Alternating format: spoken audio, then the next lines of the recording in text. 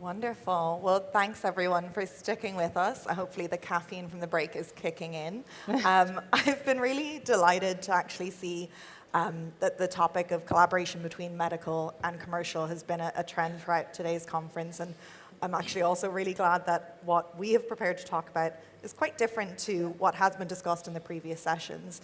We have heard a lot about the importance of the collaboration between these two functions.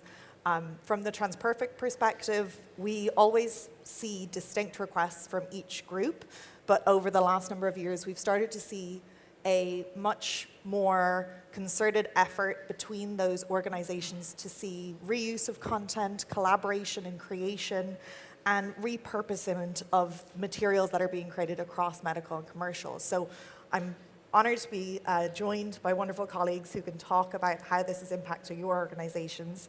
And what we want to look at today is the changes that we're seeing in the practical steps that can be taken to really improve that partnership, embedded in a way that is well governed and structured within the organizations that can be long lasting. And I think we'll start off with, earlier today we talked about how the two groups are very siloed.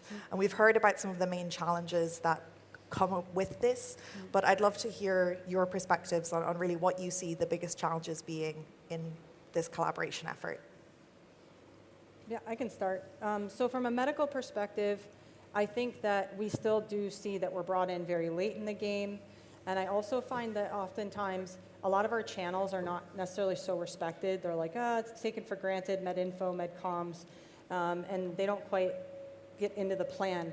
And I think they're as much customer facing as everyone else, and I think it's really important that we actually do work together, and especially during the iterative process of building the strategy as we go, because we're hearing in real time the issues, right? So it really makes sense for us to work together and say, when are the points that we come together? How are we going to communicate the customer needs? And also, we're more flexible in our ability to pivot to what the actual issues are from the customer's perspective, because we don't have the same MLR process.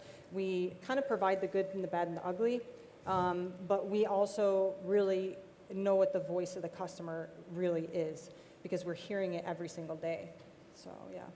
Yeah. And I mean, I know it's a different conversation up here, but actually similar to themes to earlier presentations we've seen. We know that there's still a historical hangover of the way organizations are organized that fundamentally prevents, in some respect, the ability to collaborate. But I think now we're seeing the external shifts that is making it easier for us to have common shared objectives. And I think what's being good in our organization, for example, is that we're seeing things like the top management putting in place policies that actually encourage a change in behaviors and gives permission for the organization to break down some of those silos we've seen in the past. And I think that's had a good impact. Yeah, so maybe we can talk a little bit more about that, about the structure and the governance that's been put in place. How do you think that is really helping to ensure that medical affairs is being involved within Astellas? Yeah, so as Jamie said, we've taken this with the utmost priority to bring everybody together. And one of the things we've done is actually co-create on a framework that we can use as a standard between both teams. Because as I'm sure you can imagine, we were doing things very, very differently historically. So we've actually come up with what we call our 9-step activation process.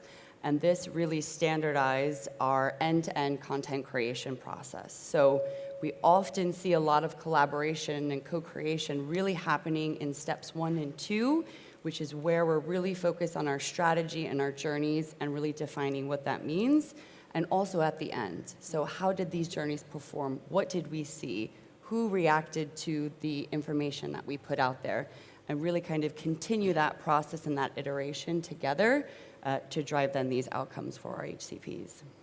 I think the top-down also is quite important, because I think that I've tried it organically from my functions, whether it's scientific affairs or MedInfo, whatever it was, and it just doesn't somehow doesn't kind of get its teeth, because we kind of can show that we're doing this, we're collaborating and it's successful, but then people quickly fall back into the way we always did it, right? Yeah. And that's just it needs to become a part of the culture, I think, because otherwise it's just platitudes, quite frankly. It just won't stick. Yeah, it needs to be modeled, right? Yeah, completely. And yeah, we've seen that being quite effective, like Yeah. the modeling of joint communications coming Yeah. from medical, commercial, shared objectives that are being baked into our key performance indicators and Yeah. objectives. So But even when you're dividing the multi-channel, I think this is one of the things, medical always gets the safe ones, right? And they go, okay, they can operate, they won't screw up ad boards, they won't screw up congresses, even congresses, right? How many of us fight with our commercial teams to get space on a booth, right? And when we have that, that's where the traffic's going. So I think it's about saying, hey, we can all operate in these spaces. And I think one concrete example is in MedInfo now. We're working together in a group called the Medical Information Leaders of Europe, and we're trying to say medical communications and MedInfo as well. If we work together, we're 35 companies now, everybody in this room has a membership. We sit together and say, what does good look like? So if you put the rails in, we say MedInfo or medical is not going to be dangerous anymore. We're not going to pose risk. And we're going to work together to say, how do we hold ourselves accountable? And basically also saying medical can operate in different spaces, but it's got to have some sort of guidance. And that's what we're publishing in our space. And we're also housing a pan-pharmaceutical site for medical information and communications information, which is unheard of probably to most of you. Most of you didn't know that exists. But that's being customer focused. So instead of knowing 35 sites, they go to one single place right now and they can access our medical affairs departments. It's amazing. So we're seeing frameworks being created internally and support and governance potentially being created externally as well, which is quite a shift in the industry and a really positive one. The other topic that we've talked about a lot today has been the customer journey, the customer experience. What I'd love to touch on briefly is how do we make sure that the two sort of experiences from the customer perspective, but the medical and the commercial, are being understood correctly, and then also being delivered through both forms of messaging or in the co-created messaging. And Michelle, you were telling us earlier about an example that you had where you'd seen how important it was to really understand from the customer's perspective what was happening, and then how that informed the commercial decisions. Yeah, so in MedInfo, and actually all of our medical affairs channels, we were doing what I think is the most underrated form of AI. It's called sentiment analysis. I think it's the redheaded stepchild at the moment. I don't know why. Gen AI took over. But it's actually amazing because we were listening to all these calls and everything coming in from our websites, MSL interactions, and we were seeing quickly in real time that the customers were coming in with sentiments, meaning their emotion was frustration, anger, confusion. And we're like, we need to look at these, right? We have to take action on this. Why are they coming in like this? Well, we had made some marketing assumptions that we would use a certain vendor for insurance card allocation and reimbursement. We had very limited marketing materials. And then also, there were clearly gaps in education.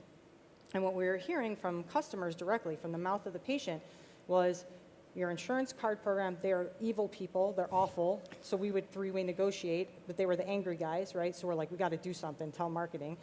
And then we also had the situation that when we looked at the content holistically, we could see themes of these were all patients being switched from an old insomnia therapy to our new product.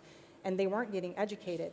And we were like, marketing, we need to do something. And they kind of went, yeah, that's nice. And we said, okay, come sit in on a listening exercise as we listen to these cases, listen to the person's voice, the person who has insomnia, what they sound like, but also hear what they're saying about what we're doing. And finally, marketing went, oh God, yeah, we need some materials. So I think that was the best example I've ever seen where we were able to work together in a very non-traditional way. That's brilliant. Yeah. And you touched a little bit as well there on, I guess, all the different sources of where information is coming from. Yeah. And we've seen this across so many different themes, but it's also the technologies and tools that are being used internally to bring all this information together. Would you feel comfortable sharing a little bit about how Astellas are navigating that and bringing technology to support actually putting this framework in place? Yeah, absolutely. I mean, so Courtney talked a little bit earlier about the framework that allows medical, commercial to collaborate and think about the inputs they need to actually develop and design their journey. And what we're seeing is that we're starting to get a shift now in affiliates and markets planning these sort of joint customer journeys. And this is where we can start to use the platforms for things like, triggers, understanding like a certain customer action or behavior in one of the steps of the journeys that allows us to orchestrate a commercial or a medical tactic, and that's something that we're building on now, not always in an automated way, but using data to actually pass on information that allows medical and commercial to take the next sort of best action decision. We're also thinking about how to create more transparency for our field-based roles.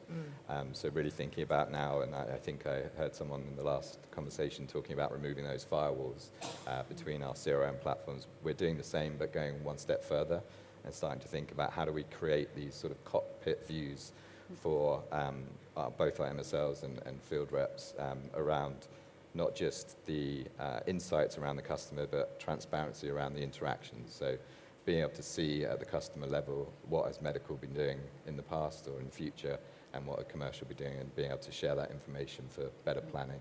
That's brilliant. Yeah, and we're trying to build on that to actually think about how do we visualize these journeys in our CRM platform so the field really knows what their role is in orchestrating some of these journey tactics. Brilliant.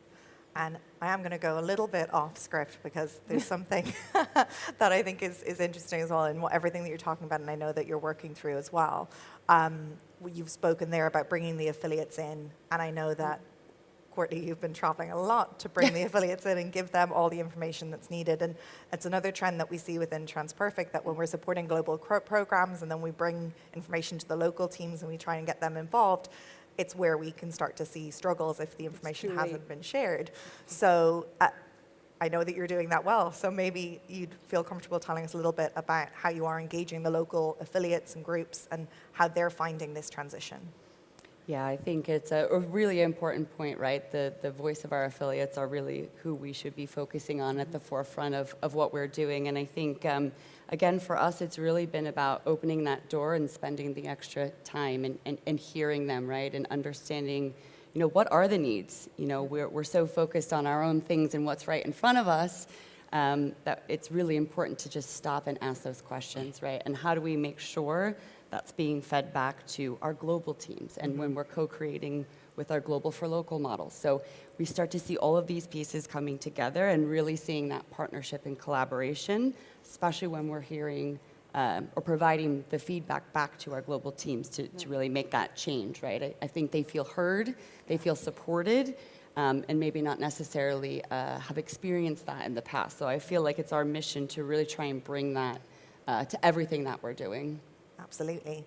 And following on from that topic, another thing that we've heard a lot about today is the necessity to upskill and give the teams that are going to be working in these tools and in these processes the information that they need, and also incorporating AI into that.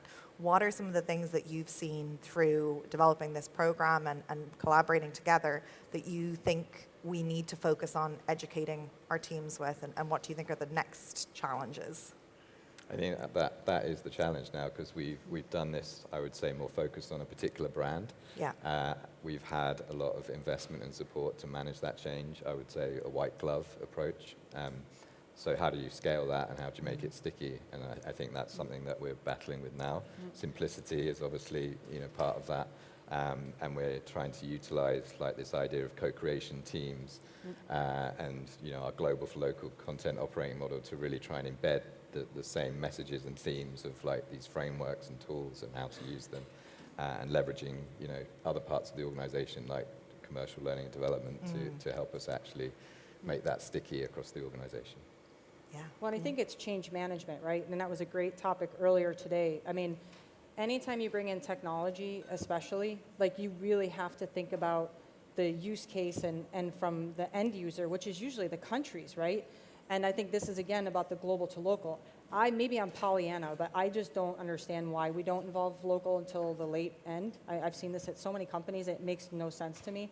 So, I mean, maybe I'm naive in that regard, but I was like, especially with technology, or you're creating solutions and processes, if the country's not involved, guess what? They are going to derail your project. It's going to fail. Like, it's pretty much a recipe for disaster. So I think from my experiences, like that global to local working, but really you have to do, not just, there's a lot of work around the technology implementation and the business case, right, and getting it implemented, but the carry on of the communication you have to do, and to keep the momentum of that as well. because that's the other thing where we always fall flat, both at the local level, but even globally, because we move on to the next shiny thing. Yeah. And it's like we're still working on this process, and it's actually business critical. And you guys are shaking your heads because you've probably had this as well, Yeah. right? It all overlaps. Yeah. Yes. And it's wonderful to put all these processes in place to create the content and have it available. But then, obviously, again, from our perspective, once it goes into the translation of that, Yeah. a lot of it's being extracted from the system. You use the you lose the data, you lose the analytics. You don't have the information unless it's actually transitioned through correctly. Yeah. So integrating the different technologies that you're using Yeah. to allow you to get the proper data and analytics so that you can make the right decisions and empower the teams is what we all want to be able to do. So maybe the last question, the last piece we'll touch on is how are there any measures that you're using to show the effectiveness of your programs, and what are some of the KPIs that you are considering? I think on our side, what we try to do is, again, with the co-creation, we actually share a lot of content. We found we were developing some really cool stuff like in MedInfo and MedComs and SciComs. And we were like, we were like, let's be brave enough to do NPS scoring of certain content when we put it, let's say we created an interactive infographic. So we were like, let's put it on our website. Let's also put it at the Congress booth. Let's get feedback. Let's get scorings on it, just to see how it's resonating. So I think it's about being brave enough to, A, build it together and trust each other, which is hard. But the other is being brave enough to genuinely measure it. I like the topic earlier about saying being okay with failure, because some stuff, like anything, it's not going to hit. That's just a fact. The problem in pharma is we're so invested in that one thing because it took us so long to launch it. We'd go, that campaign actually was garbage. Like, it's not resonating. But in social media and other spaces, we're much more agile, right, than our competitors. But in our own business, we're like, we hunker down the Titanic into the iceberg. And it's like, we have to be more agile. And we have to say, that's not working, let's get some feedback on it and let's change. So from my perspective, it's about being that agility and being willing to kill stuff as well, or just change your tactics a little bit. Yeah, I think for us it's just measuring the effectiveness of transforming this whole content supply chain, right? And that goes from the effectiveness of things like Content Factory, where we're obviously trying to use an in-house capability to really drive the efficiencies around content creation, content production, and that synergy can be across medical and commercial, and that's something that we're driving now. Clearly there are measures around how well that's doing in terms of adoption, but we're now utilizing the ability of these connected omnichannel ecosystems by really helping us to measure things like content reuse. There is now the ability to understand global content that's been created, where has it gone, and how much is being reused, and going even further than that and starting to look at what was the effectiveness of that content as well. Yeah, and I think one thing we'll see, and we're doing quite a lot now, is really bringing medical to the forefront of everything that we're doing, right? They are a core member of our team. We were actually just talking earlier about we need a workshop, we need medical here, we need to bring them over, and we need to co-create on what does Gen AI look like for Astellas in the future? What does this mean for our ecosystem? How will we fundamentally change how we're creating content? And they can't be excluded from these conversations. So we have these shared KPIs, a lot of momentum. They have to drive the same deliverables as commercial, right? They may be a little bit different, but they're on the hook. So how do we partner to do that and really make sure at every step of the way they're part of this process with us? They just can't be left behind. Do you find that also helps, in somewhat, that shared accountability? I would imagine that helps to keep everybody on board. Absolutely. Yeah. Everybody feels included. It's a partnership. Yeah. And, we have to consider the challenges from every different perspective, not just ours. Yeah. And a lot of times, like I said, you see what's in front of you and what you know. And, you need someone to challenge you and say, think about this differently. Yeah. This is my world, and how do we approach this problem together? Yeah. So I find it to be very collaborative and quite motivating, actually. I think medical could use that, to be honest. I think that there's a creativity in marketing in the commercial space. It's like we don't often see that it's getting more and more we're seeing it, but it's like people are nervous. And it's like, no, let's take a little bit of that marketing spark. And for marketing, of course, take a little bit of that medical lens, So I think it's two ways. I think we can learn as well. And I think Alyssa mentioned early in her keynote, right? Failure for me is learning, right? We shouldn't be afraid of the F word, right? That is what we should be doing and striving for. And saying it didn't work. I mean, that's okay. I think that's where all of the That good stuff sucked. comes from. Yeah, exactly. That's exactly what we say. That was horrible, awful, never again.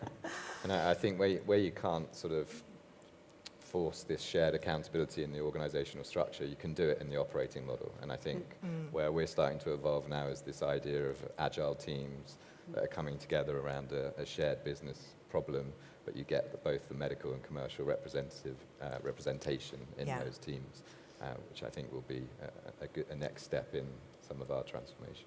So instead of what ends up being competing priorities across the business units being a combined priority Yeah. that everyone is working towards and everyone feels more comfortable in. Exactly. So, well, I think that's a wonderful way to finish and be told our time is up. But if anyone has questions, please feel free to grab us afterwards, and thank you for listening. Was there a question? Oh, do we have a question?